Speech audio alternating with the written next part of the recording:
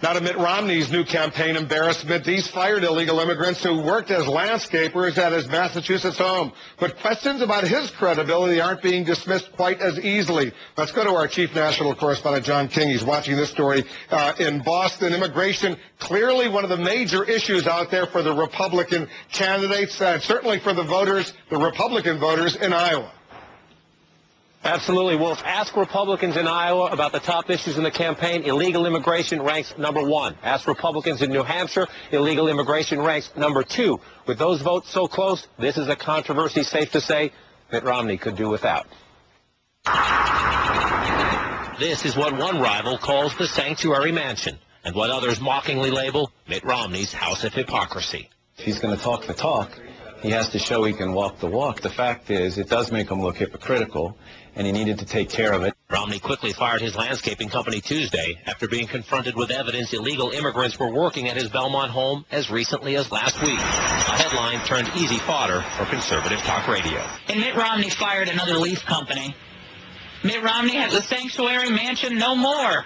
The Boston Globe first reported on the issue a year ago, and Romney said then his landscaper assured him it would not happen again. So I would say he had sanctuary mansion, not just sanctuary city. Romney bristled when attacked at last week's debate, and the morning after told CNN, "No, it's not true, and he's dishonest in saying it, and he knows that." But that very morning, the Globe says it interviewed 2 landscapers at Romney's home who conceded they were in the United States illegally. The risks for Romney go beyond being embarrassed by his decision last year to give the landscaper a second chance. We got to stop illegal immigration.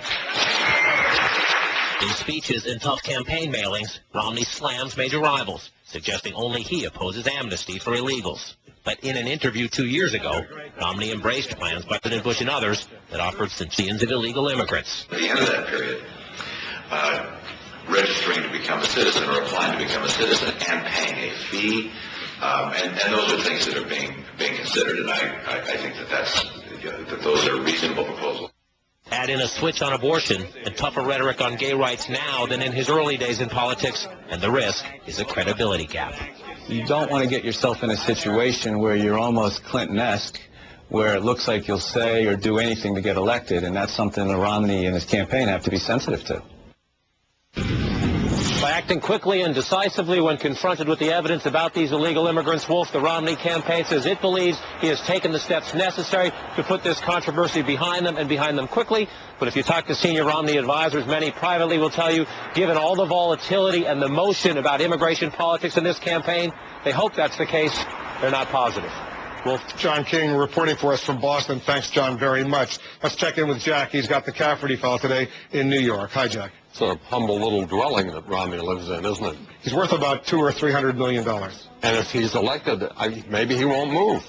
He might choose to stay there. It might be a step down moving into the White House. White House, nice place.